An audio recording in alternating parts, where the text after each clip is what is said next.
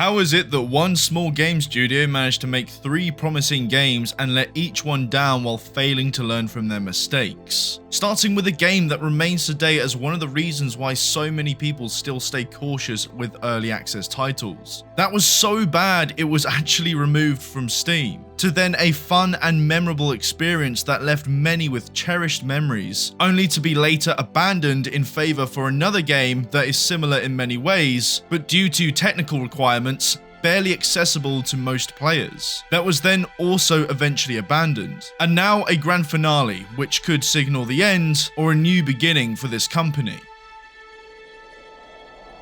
This is what went wrong with CodeHatch, a developer that we've covered before in the Starforge video, which has repeatedly dropped the ball and left a name for themselves by many as a company not to be trusted. I'm WickedWiz, I'm back, and yes, I'm finally being a man of my word, standing, in fact, melting on your CPU. This is a big one. We're not just going to be looking at one game, in fact 4 in total, and 5 if you include this. CodeHatch have been making games for nearly over a decade, and their history in development isn't as black and white as some may assume. It's most definitely one of the most intriguing stories I've covered in a long time. Before we start, I'd like to say a massive thanks to all my supporters over on Patreon. You guys are honestly helping to keep me on my feet, and there's more on how you can support later. But now, let's begin.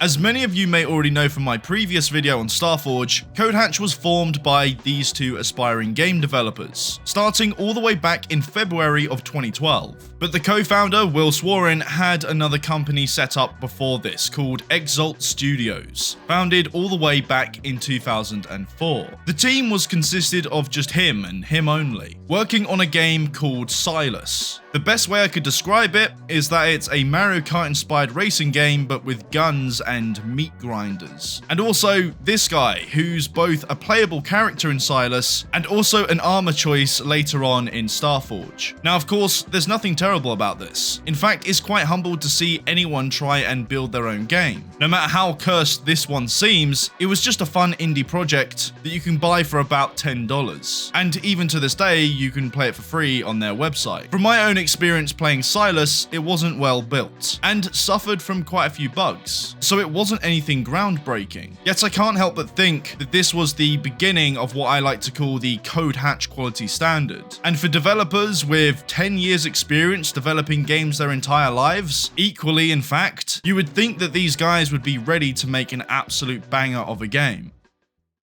Now, the story with CodeHatch starts with the game called Starforge. As previously mentioned, I've already covered the game and the drama surrounding it, but for those of you who haven't seen it, or for context's sake, let's take a trip down memory lane. With pre-alpha gameplay ready to go and a trailer out there for people to see, Starforge was quickly spoken about on Reddit, and in October of 2012, it came out on Indiegogo as a crowdfunding campaign. This was around the time where Minecraft-like survival games were the new craze. People wanted a sci-fi game with crafting, survival, and combat that was also multiplayer. Now, it's important to mention that on the Indiegogo page, they promised a lot, and this is a common theme that we'll see throughout the story. So with all the promise of the next Minecraft but in space, more than enough people backed this project, including myself, but that was later on in early access, whipping out mum's credit card, ready to get screwed over. At the end of this campaign, they not only achieved their goal of 75k, but instead made roughly 135, and development was already on the way. All those who made a pledge were granted alpha access, and it was an exciting time for everyone there. A bit later in November, they promised multiple things for January in 2013, like multiplayer, procedural weapons, physics movement overhauls, optimization, resources, and better AI. 2013 came around, and in January there was no sign of this promised update. But instead, in February, they switched focus to just the fort defense, with no mention of any of the other items on their list. Things then escalate as a month later in March, straight out of the blue, they just released the game on early access, with none of the promised updates including fort defense. This annoyed the community for multiple reasons. 1, there wasn't an announcement for this, even though people knew that it was greenlit, and 2, because it was nothing like people expected. It was clear from the delays and the lack of communication that something had to be done to improve this. So they hired a community manager that was meant to relay progress updates to the community.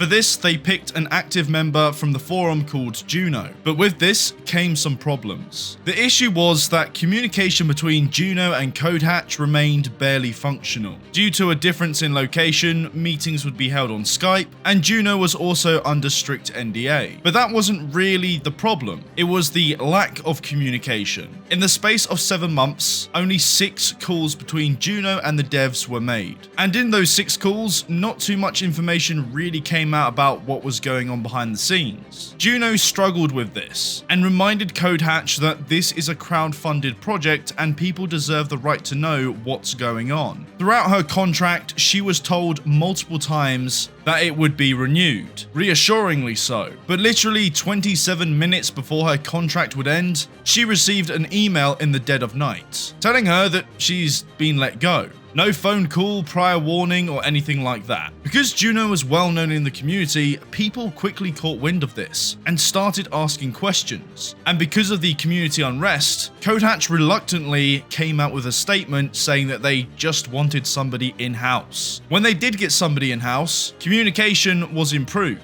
but not by much. The new community manager had to deal with similar issues and was also strictly under NDA, meaning that they can only speak about things that have been approved, which is fair enough. But again, if you don't let the community know what's really going on, then it shows that you have something to hide. In May of 2014, things got weird because update 057 came out and it seemed like a pretty big update, but in reality it wasn't really that. And then only a month later in June they released 075, a major step with no other updates in between. This game was very close to release and it still didn't have everything that it promised. With concern rising, things behind the scenes started to degrade further because their recently hired in-house community manager just disappeared. Again, with no mention or explanation from CodeHatch. This caused confusion and speculation within the community. So this user right here, Dan Velker, did some digging, and via the use of publicly available information, they found out that the community manager supposedly left or was let go. But it was most likely that they were let go due to the fact that they also swapped out their more senior dev team with junior developers. It was clear that with their limited funding, CodeHatch was already running out of money.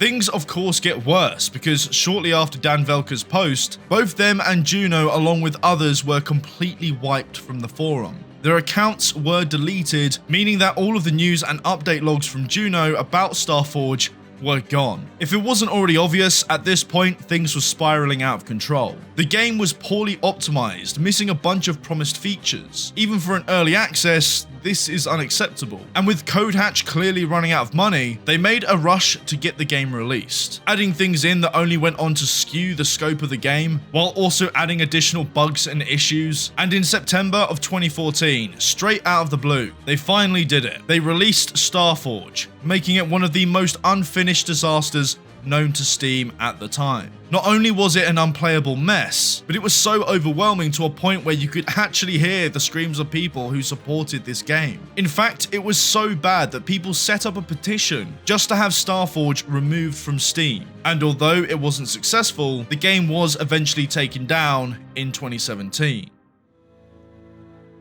One of the reasons as to why the Starforge community was so mad wasn't just the neglect, the broken promises, the unfinished final product, and everything in between. It was the fact that CodeHatch were working on another game that seemingly came out of nowhere, clearly using whatever funding was left over plus the money being made through Starforge sales during the time it was still on Steam. This now brings us onto a sad story of a game that honestly brought a lot of joy to many people, but was unfortunately left in the wrong hands. This is what went wrong with Reign of Kings. The easiest way to explain this game is it's like Rust, or at least old Rust, but medieval. However, more cursed and not very well optimized. The concept is straightforward. You log on, make a character, gather resources, build a base, encounter the local wildlife, and have a pretty damn awesome time. For all of their faults, CodeHatch does know how to make a fun game. I didn't give it much credit in the Starforge video, but I have fond memories of jumping onto a server, making new friends, enemies, and going to war. Maybe it was just how the game was made, but for some reason, Reign of Kings encouraged players to roleplay scenarios. In the earlier days, if you got raided, it was most likely because you had beef with another group. I remember wars being temporarily prevented after a duel between two champions. It also had prisoner mechanics, so you're not only just gonna die in this game, you could also get caught and locked up. And people from both sides of those situations absolutely loved it. It was hilarious, and I've had some of the funniest moments on this game, which makes me even more sad for what actually happened to it in the end. It's not clear as to when development actually started with Reign of Kings, hence the surprise to many, but the game came out on Steam in February of 2015 with a successful trailer that gained a lot of traction in a short period of time. The hype for the game was so successful that it started off with over 13k players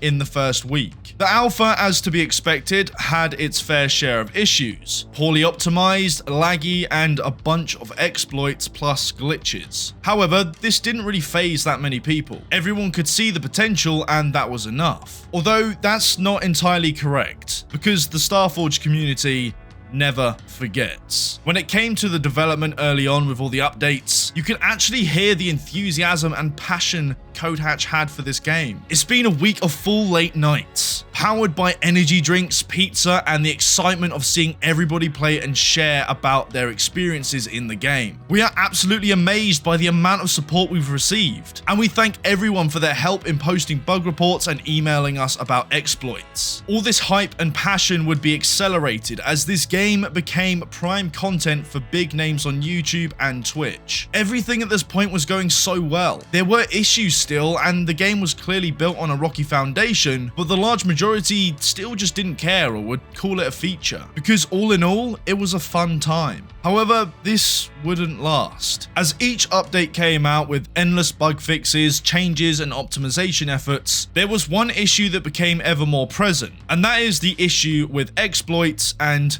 hackers. Now, the hacker issue has always been an ongoing battle, but as time went on, it only seemed to get worse, which would contribute to less players logging on as the issue persisted. For example, imagine spending hours building a base that was strong enough to survive a siege overnight, only to have it taken over effortlessly by hackers, leaving you to start all over again. All of this was clearly starting to get to CodeHatch, as they were in a constant battle to tackle these issues. On the 23rd of March 2015, they released an update regarding combat exploits and hacks. And amongst addressing changes, they said this: "We are sorry that some of you have had bad experiences from people using hacks and exploiting in the game. We really care about everyone having a fair and enjoyable experience, and it really upsets us that this kind of behavior is happening, and we'll do our best to get some systems in place to help combat against this." So they looked into some solutions such as Valve Anti-Cheat and the other option, Easy Anti-Cheat, to combat this issue. But a few days later, while trying to figure out what solution to take, they came out with some more whitelist commands and more admin controls to combat these hackers. However, with the game built the way it is on the Unity engine, it wasn't too hard for hackers to mess things up. And only a couple days later after that, almost in response to their updates, a massive DDoS campaign targeted their lobby server, meaning that players couldn't have access to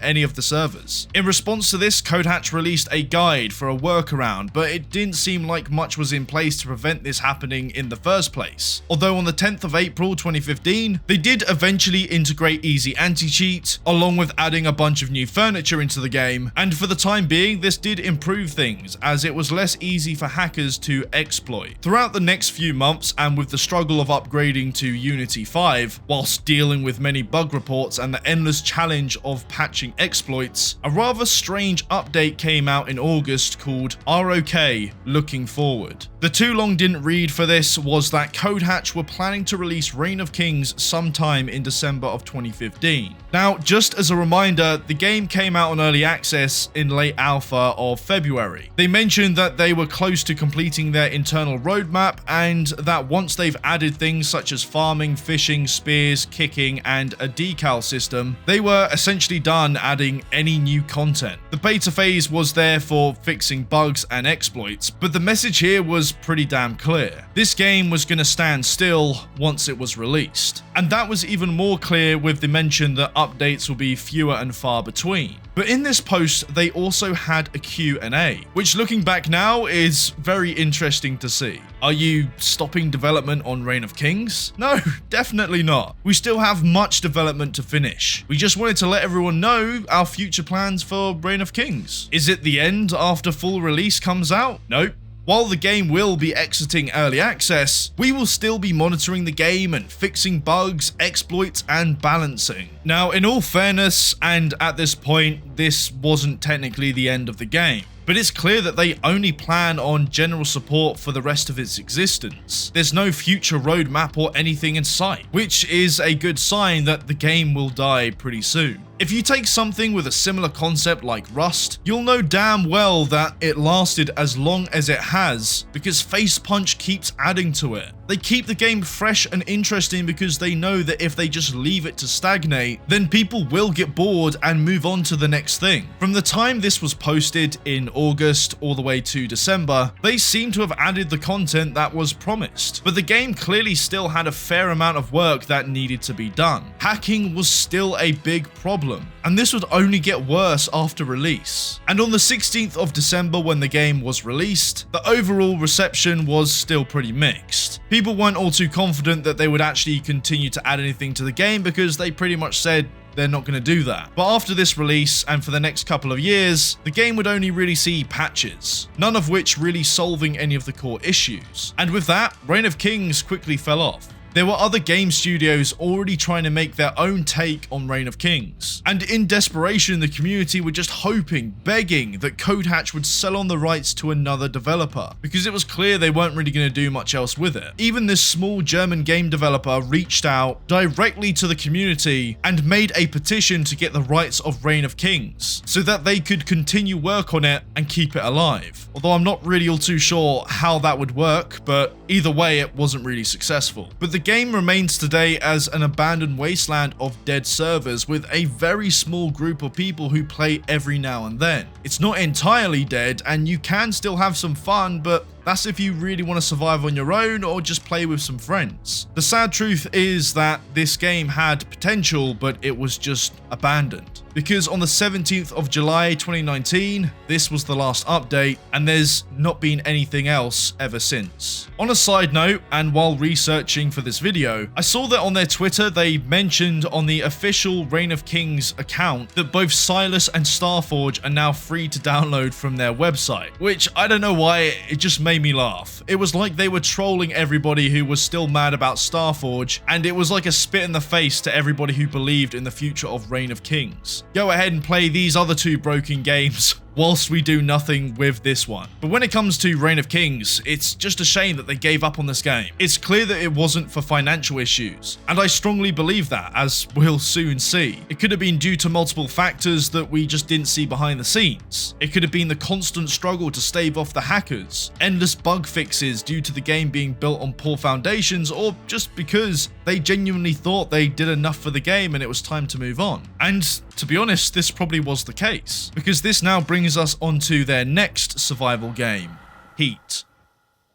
This is the latest in their hardcore survival projects. The easiest way to describe it is that it's like Reign of Kings, but in the Wild West, with better but much heavier graphics and all the unoptimized mess that comes with it. It's a quite straightforward game. You survive the wilderness, build a house, gain power as either president, sheriff, or become a tribe leader as the chief. But most importantly, you can start a family. Yeah, those are babies. A lot of them. Similar to Reign of Kings, development isn't all too clear as to when it actually started. You could assume that it began either a bit before or after the release of Reign of Kings. Most likely afterwards, using whatever money was made from Reign of Kings to work on this. But people wouldn't really know about about it until CodeHatch released a video on YouTube revealing alpha footage. This very cursed, near 7-minute long video looked kind of promising in all fairness, but you could see straight away that it had that trademark CodeHatch feel to it. Just a bit more polished, or at least more graphically pleasing.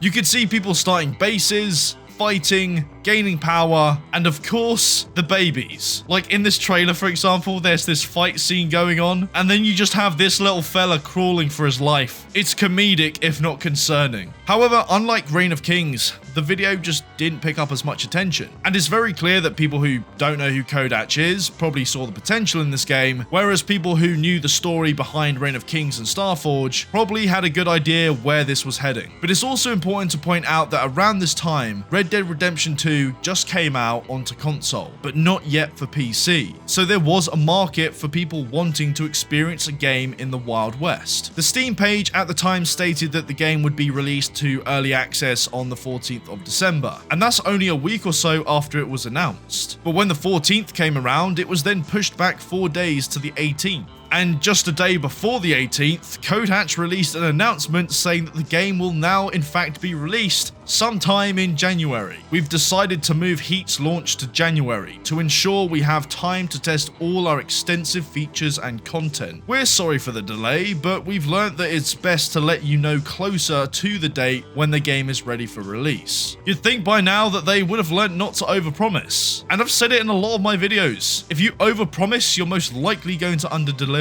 And oh boy, did they underdeliver. Now, the delays already caused some concern, and there are people who are already fed up at this point, which at the point they announced this, the game wasn't even announced that long ago. But none of that would matter, because they did stick to their word and they did release Heat in January, on the 30th to be exact. And when it was released, the CodeHatch quality standard definitely shows. Many people were struggling to actually play this game with it running poorly on most machines, server-side issues galore, and so on. Although again, it's expected with early access games in alpha, the PC requirements for this were pretty damn high for a lot of people. It is something that you should probably check before buying a game, especially if your PC isn't that good. But even people with very good specs suffered to even try it out. Although again, it's expected in early access and games in alpha, this was just not good enough. When you're releasing something that people will purchase in the hopes to actually play, they should at least expect that it's somewhat playable. But with CodeHatch, it's not really a question of how it begins. Instead, it's how these issues are addressed, and if they can be fixed at all. The mixed reviews on the positive side remind potential buyers that these issues are to be expected, and that the concept is appealing enough. Which in all fairness, I can agree with. Similar to Reign of Kings, the concept didn't seem to be the issue here, besides some of the really weird stuff that they added to the game, but that's a whole other topic.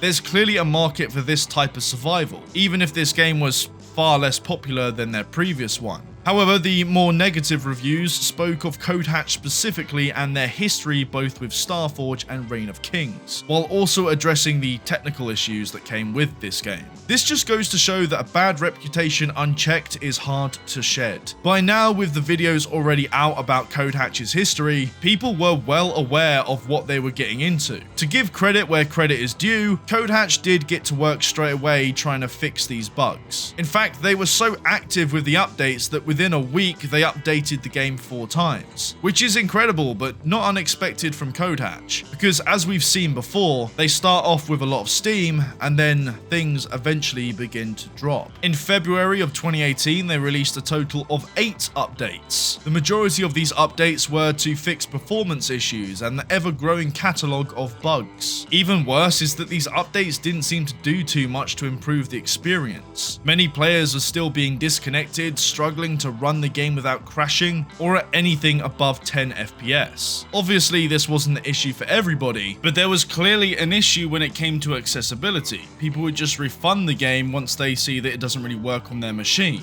With the game not doing all too well, things started to slow down. For the rest of the year, 8 more updates came out. They did go ahead and add some more content. Fireworks and signs, animal farming, spitting, and a very much needed single player mode called Homestead, because the player base at this point was already pretty damn small. And in January 2022, the dreaded "we've done what we wanted with the game and going to release it" post was made. It came with a bunch of changes and updates, but one thing that stuck out to me the most wasn't the fact that this was probably going to be abandoned after a few months, but it was this statement here. Heat has become much more stable, optimized, and has received many new features, many of which were community suggestions. However, even with the optimizations we've gained, Heat is still a graphics-heavy game requiring a high-end PC. While this hurt the game's success in the review department, we have always tried our best to be upfront about it by listing the minimum recommended system specs on the Steam store page, and by doing our best to optimize as much as we could since release. In hindsight, we would not have gone so heavy on the graphics, as it really limited the number of players that could play. So they pretty much figured it out themselves. They had a very low player count at launch, and because they focused too much on the graphics, which to be honest look okay in the game, but they're nothing groundbreaking, it clearly set the bar of entry too high and resulted in a pretty bad start. Accessibility is extremely important for anything. When you're designing anything for people to play or use, the end user must always come first. At the end of the day, without them, nobody's going to use your product. It was great that they were honest about the issue, but it really should have been taken into account much earlier on. This was clearly one of their main requirements, or at least one of their main priorities or selling points. If the game looked good, then surely more people will play it, while forgetting that the people who really enjoyed Reign of Kings didn't really care too much for the graphics. They were there for the experience. Now, in all fairness to CodeHatch, they did stick around for a bit after release, and they added some new content, but it was too late. Their last update on the 23rd of June 2021 included gold panning and treasure maps. Although quickly fixed, the players that were around found out that the ability to actually pan for gold wasn't possible, because CodeHatch forgot to add the pan in the crafting menu. But since then, nothing has really been heard from CodeHatch regarding Heat. So far, we have 3 games released on Steam, one that was taken down because it was so bad and left many people with trust issues. The other had great potential regardless of its flaws, but then was eventually abandoned for a game about cowboys and babies. But this, believe it or not, is not the end, because CodeHatch has once again come out with a new game that nobody asked for. This right here is Playform Human Dynamics, and it recently came out on Steam on the 27th of July this year. It's nothing like the other games. It's not a survival sim, no crafting or making babies. It's simply just a parkour playground single player physics game. And to be honest with you, it's not actually that bad. I can't fault it. It's simple and runs perfectly fine. You can slow down time while messing around with objects and running through courses, but I wouldn't really recommend it for the price it is at the moment. Simply due to the lack of content, there's only 3 courses and the rest of it is just make your own fun. And to be honest with you, I have no idea where they want to take this beyond what it is. But this is it, the latest game in the CodeHatch saga. In a weird way, it's kind of poetic. The way your character moves is reminiscent of the other games before it. These spinny things are a call back to Starforge. It feels like a CodeHatch game, but without all the drama, at least for now. It's so unambitious in contrast to previous projects, and so simple that it seems like something they can actually work from and add to later down the line. But does it make up for the previous titles? No. To me, it looks like the final nail in the coffin. I doubt that without any significant funding, that they could ever come back to where they were. And the reputation they've built over these years still continues to haunt them today, even in the update posts on this game that is unheard of.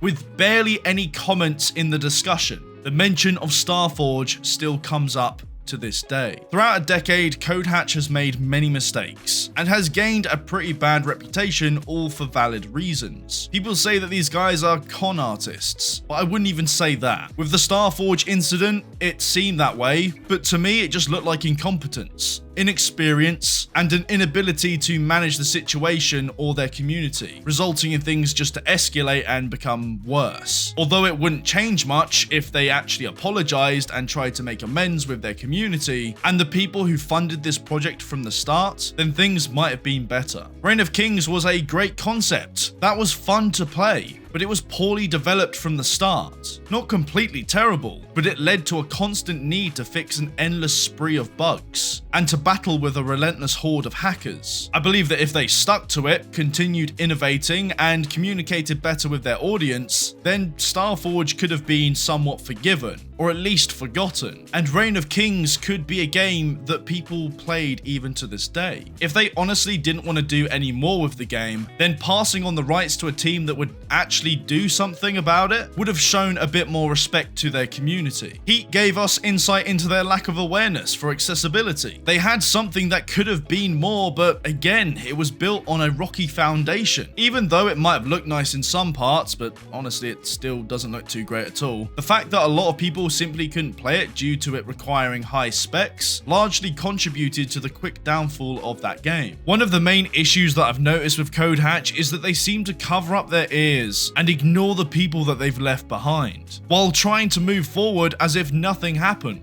I think this example right here speaks for itself. This is them on a job posting site after Starforge. Our first title, Starforge, was the top 5 title at launch on Steam. It was nominated for the IGF 2013 Technical Excellence Award. Are you kidding me? They clearly sweep their past mistakes under the rug and ignore those that they've let down. CodeHatch at nearly every step of the way seemed to shoot themselves in the foot. They had multiple chances to redeem themselves but failed at every corner and paid the price for it. And I can only hope that they make something of this new game, because I can no longer refund it. Personally, I don't think CodeHatch are the worst developers. It's clear that they know how to make a fun game. We've seen this with Reign of Kings. And even with this new game, although it's simple, it's actually still pretty fun. The issue comes down to execution and the choices being made. Game development itself is pretty damn hard, and especially for a small team. I just really hoped that they learnt from their mistakes a bit sooner. And with this new game, I honestly wish the best for it. But anyway, thank you so much for watching, and a massive thanks to all my patrons. You guys are part of the reason as to why I'm now going full time. I'm also regularly streaming on Twitch, so you can follow me there. And if you want to get in touch,